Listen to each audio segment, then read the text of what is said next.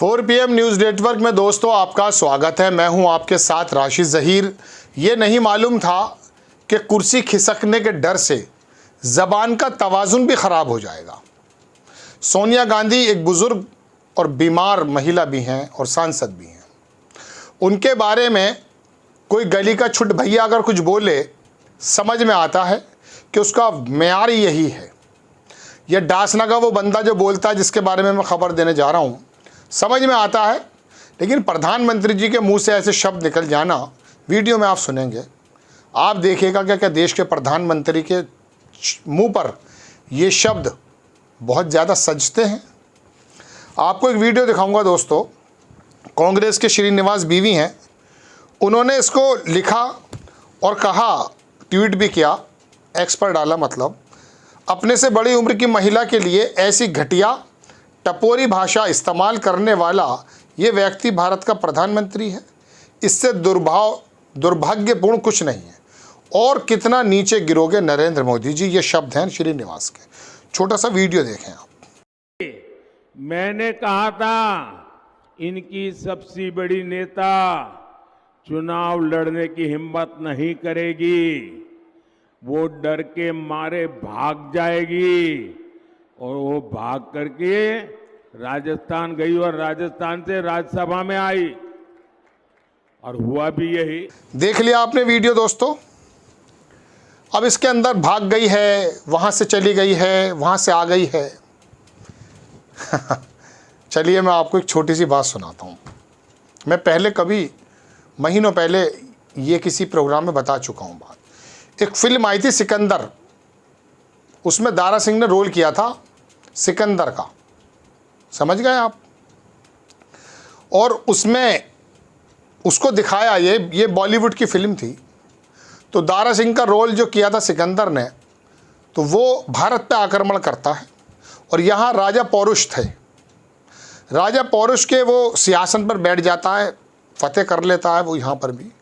और नीचे खड़े होते हैं राजा पौरुष। वो रोल किया था पृथ्वीराज कपूर ने, राज कपूर के पिताजी जो थे।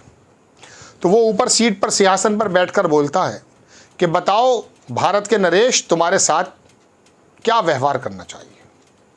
वो बंदी थे, तो उन्होंने एक बात कही।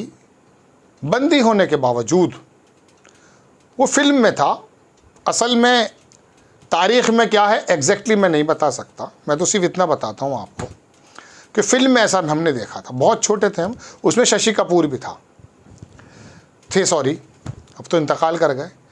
तो पृथ्वीराज कपूर से दारा सिंह यानी कि सिकंदर के रूप में बादशाह पूछता है यूनान का कि बताइए आपके साथ क्या व्यवहार किया जाए। तो राजा पौरुष कहते हैं कि जो एक राजा को एक राजा के साथ करना चाहिए। यानी कि बंदी बने हुए हैं और सिकंदर के सैनिकों के बीच में जकड़े हुए हैं जंजीरों से, लेकिन भारत का राजा था ना, तो राजाओं वाली बात की उसने। इस वाली बात को सुन करके दारा सिंह का जो रोल, सिकंदर का रोल कर रहे थे दारा सिंह, वो खड़े हुए और अपनी इस तरह से हाथ मार के बोले, क्या आपने क्या उत्तर दिया। और ये उत्तर से वो इतना खुश हुआ, जैसा कि तारीख़ में यहाँ पर बताया जाता है फिल्मों में, कि उसने जो जीता हुआ भारत का हिस्सा था वो राजा पौरुष को वापस कर दिया। तो जो ख़ानदानी होते हैं वो नर्म मिजाज रखते हैं। तुम्हारा लहजा बता रहा है तुम्हारी दौलत नहीं है। तो बात यह है कि प्रधानमंत्री जी के शब्द, वीडियो आपको मैंने दिखाया होगा। चलिए वीडियो देखिए आप पहले।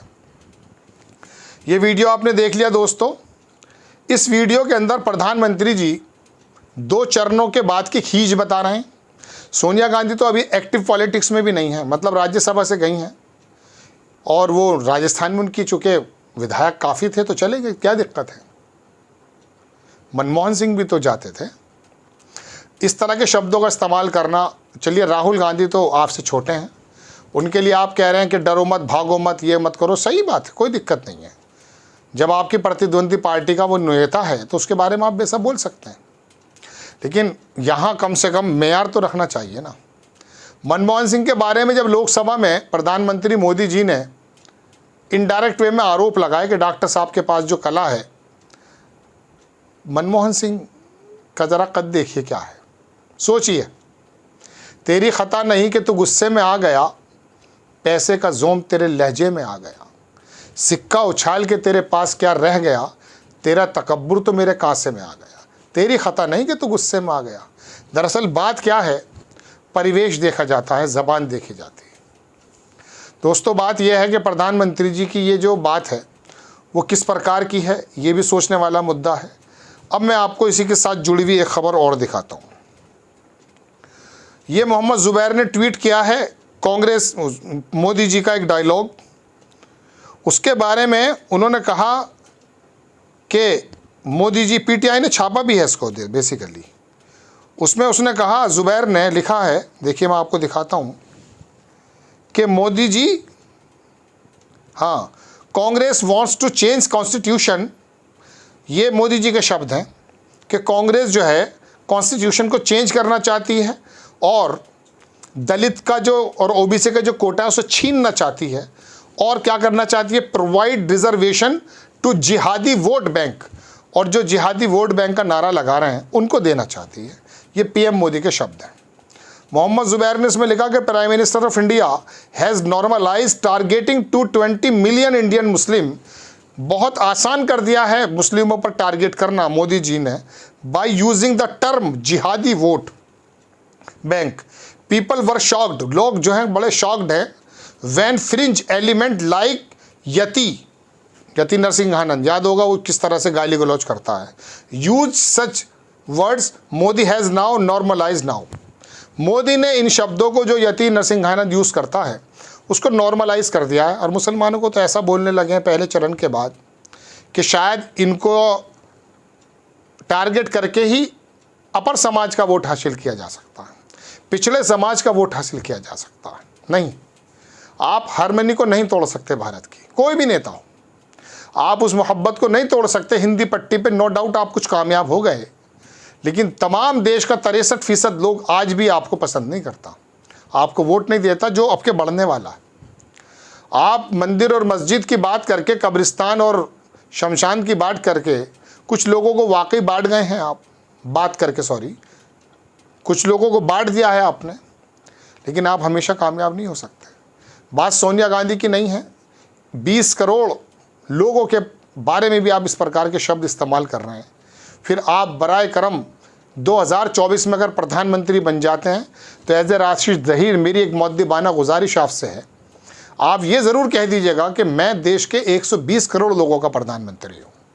चूँकि 20 करोड़ लोगों को तो इस चुनाव के दौरान, या तो गुजरात में जब आप CM थे जब पता चला था, बीच में ऐसा लग रहा था कि नहीं हालात बदल गए हैं, ज़ख्म भर गए हैं, लेकिन सोच अगर वही है तो भविष्य में अगर 2024 में आप बनते हैं, जिसकी उम्मीद बहुत कम है, तो कह दीजिएगा कि 120 करोड़ का मैं प्रधानमंत्री। इन 20 करोड़ लोगों का मत कहिएगा मोदी जी।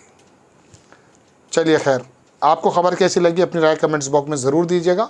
चैनल को सब्सक्राइब कीजिएगा, शेयर कीजिएगा। नेक्स्ट टाइम मैं किसी खबर के साथ हाजिर हो जाता हूँ।